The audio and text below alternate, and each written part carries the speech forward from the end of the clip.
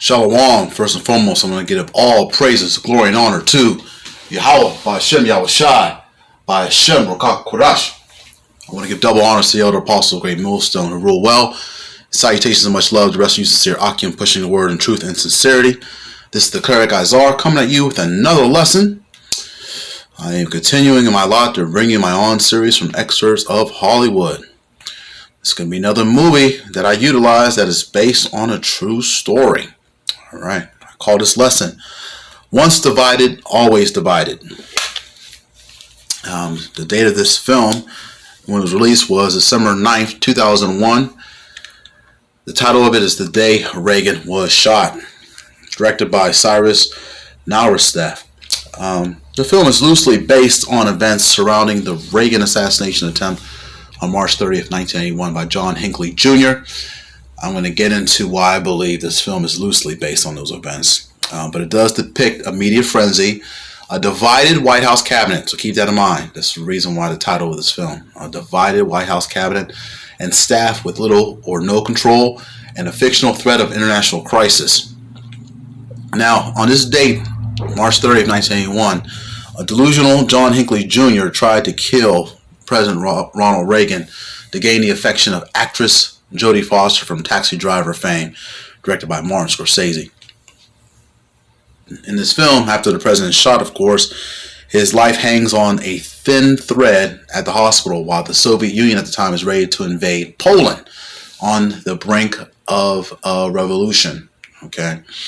Now, I totally forgot about this pending Soviet Union invasion into Poland, but it's a little bit of a deja vu when you think about it. But this film is based on actual events during the final stages of the so-called Cold War.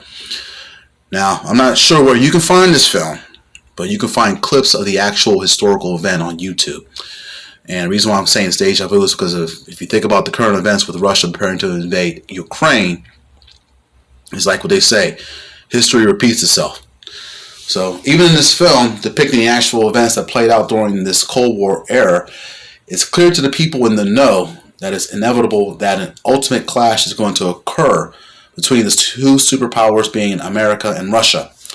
If you get a chance to find this film, it's quite hilarious. But you'll see the disorganization between the White House staff, FBI, Secret Servicemen, as well as the media outlets. There was even a misquote of the succession, which illustrates who takes control of the office of the presidency if the president is unable to, due to being incapacitated. Now, I would encourage anyone watching this video to check themselves on the current succession, because most people know that the vice president or VP takes control in that event. But if you were to question or survey any ordinary citizen on the street, they probably wouldn't be able to answer you. But in this particular case, Alexander Haig, the Secretary of State at the time, played by Richard Dreyfuss in the film, as you see on this poster, he took the mic in the White House news briefing room shortly after the president was shot, and he proclaimed that he was in charge. Now, there was an amendment in 1967 that he was unaware of that dictated that the Speaker of the House was next in succession after the Vice President. Okay. Now, in this particular assassination attempt, former White House Press Secretary James Brady was shot in the head, and the media had announced that he died even when he was still on the operating table. So there was a lot going on back then. I mean, he didn't have the internet, and even if they did, basically, you really can't go off of what the internet's telling you, especially in this type of event. So even the surgeon who was operating on James Brady in the film, he was depicted as even coming out and letting Nancy Reagan, the first lady at the time, and even the wife of James Brady, that, you know, I'm still operating on him. He's still alive. So the media outlets were giving out false information. And even in the White House crisis room, the phones weren't working properly. There's even a time when they're trying to get the phones working, and there was a Northern Tribe Jake that was underneath the table working on the phones. And the Alexander Haig, the Secretary of State, played by Richard Dreyfuss, he goes off on the Jake because he's there and he doesn't have a security clearance. But it's quite funny when you check it out. And meanwhile, while all this chaos is going on in the White House crisis room, there was a little scare of an ICBM or SLBM launch from Russia, and they couldn't confirm or deny it. If you don't know what an ICBM or an SLBM is, an ICBM is an intercontinental ballistic missile. An SLBM is a submarine launched ballistic missile. In other words, a nuke. All right, it was a possible nuke launch, and they had the Russian Prime Minister on the phone, and they were trying to determine if the missile launch was real or fake. And he basically laughed it off on the speakerphone in front of all the White House staff in the crisis room. He even made a little joke about, are you having trouble with your phones? Like he had some type of intelligence where he knew that those people in the White House even had trouble with their phones. So it's hilarious. And I'm not sure if it actually happened. Of course, that's kind of top secret, being that it was a White House crisis room, and basically only the people that were in the know knew actually what happened in that room. So that's probably why it's saying that it's loosely based on the events surrounding the assassination attempt. Okay, but it was even this. There was a time where they were trying to locate the briefcase, okay, aka the button or the bag man or the football. I'm not sure they still use those terms today, but that's what they would call the person who actually has the firing mechanism for the nukes, because they were trying to prepare a retaliatory attack if the Russian launch was in fact a real launch. But they couldn't locate the man responsible. Okay, so this particular man is supposed to be like 50 feet away from the president at all times, and he had gone off to the bathroom. So once they did locate him, there's a nuclear key card that goes with the president, and he actually, in the film, they showed him creating the actual nuclear key card pin that goes into the briefcase, actually fires the mechanism to fire the nukes. And this particular key card was left in the president's wallet while he was on the operating table in the surgeon's operating room. All right, so once they got the briefcase, the White House staff was going through the instruction manuals and guides to figure out how to push the button. And so there was all types of division, all types of arguments between the FBI, the Secret Service men, about whether they should turn over the key card, turn over the wallet, turn over the bands. I mean, it was this organization from top to bottom. Even the vice president at the time, George Bush Sr., was on Air Force 2, and it was hard to even speak with him on the phone. So just watching this film, I'm sure they've got a different step action to clear up some of the things that went wrong almost 30 years ago. Okay, but prophecy is going to stand, and the word of the Heavenly Father is going to stand. Yahweh Hashem Yahushai. His word is going to stand. Everything that he said in the past is going to come to fruition. Okay, and it's in his power that this particular nation was and is and will be divided. Okay, but by the time World War III commences, because this was in between World War II and World War III when this happened. Okay, but Yahushua even spoke about this. When you get into Mark chapter 3, starting at the 24th verse, it reads, "And if a kingdom be divided against itself, that kingdom cannot stand. And if a house be divided against itself, that house cannot stand." Okay, you see that? Okay, so like I said, like when you watch this film, you can see so much division that was going on 30 years ago, and everyone trying to, be the chief in the tribe.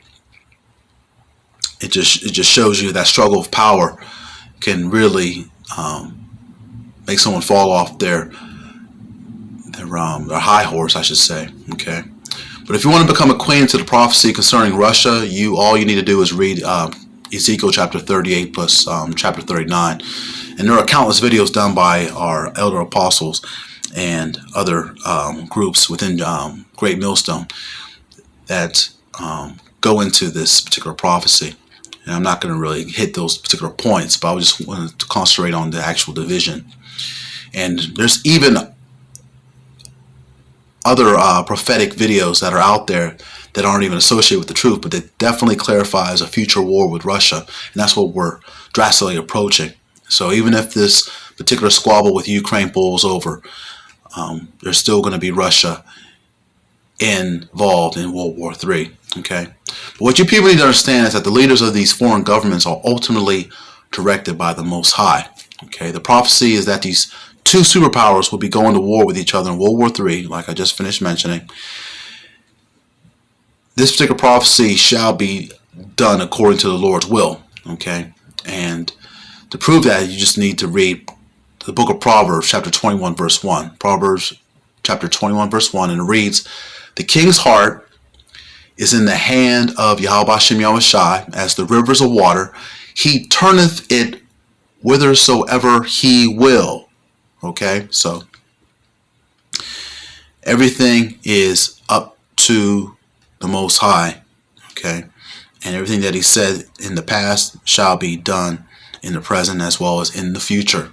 Okay, as aka America, aka Babylon the Great, is this particular whore, and it shall be hated, as pertains to Revelation chapter 17 verse 16. Eventually those nukes will be fired off by different nations, including Russia, and it will destroy this particular so-called America, aka Babylon the Great, off the face of the earth. Okay, and the elect will be delivered along with the 1/3, and the chariots, the ones that you originally call UFOs. Okay, but I'm going to end it on this, because Yahweh Hashem Yahushai will judge those nations. Okay, and the kingdom of earth, the kingdom of heaven, shall be established on the earth. Joel chapter 3 verse 9, and it reads, start at verse 9. "Proclaim ye this among the Gentiles, prepare war, wake up the mighty men, let all the men of war draw near, let them come up." Okay, so we're preparing for war right now. When I say we, I'm going to say the people that are aware of what's going on this planet.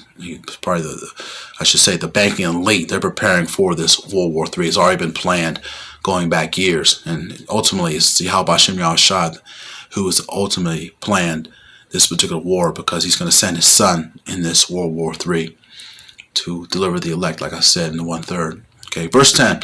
"Beat your plowshares into swords and your pruning hooks into spears. Let the weak say, I am strong."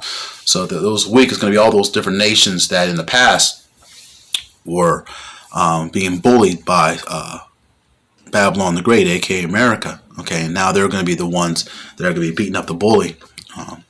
Okay, verse 11. "Assemble yourselves and come, all ye heathen, and gather yourselves together round about. Thither cause thy mighty ones to come down, O Yahweh Hashem Yahushai." Okay, so the heathen, like I said, those other nations are going to gather themselves together, and they're going to gang up on Babylon the Great, aka America. Verse 12. "Let the heathen be wakened and come up to the valley of Yahweh-Shaphat." All right, that's going to be the valley of judgment, or the valley of decision. Okay, that's the battle of Armageddon. All right, right there in the Middle East. And reading on, "For there will I sit to judge all the heathen round about." Okay, so it's all going to accumulate on all these nations coming together and fighting. All right, verse 13. "Put ye in the sickle, for the harvest is ripe. Come, get you down, for the press is full. The fats overflow, for their wickedness is great." Verse 14. "Multitudes, multitudes in the valley of decision. For the day of Yahweh Hashem Yahushai is near in the valley of decision." Okay, like I said, this is where we're heading to. So when you watch this film, you're going to see how divided the United States of America was back 30 years ago. So it's even more divided even today amongst its people, amongst its office of the presidency, even in the military, so forth. I can go on and on. I mean, all of the above. Okay. So that's why I based this title saying that it's once divided, always divided. Okay. But, well, I just wanted to share that. Lord willing, this lesson was edifying. I want to give all praises to Yahweh Hashem Yahushai, who gives me the strength and the spirit to continue to strive and endure in these last days. Shalom to the hopeful elect, and on to the next video.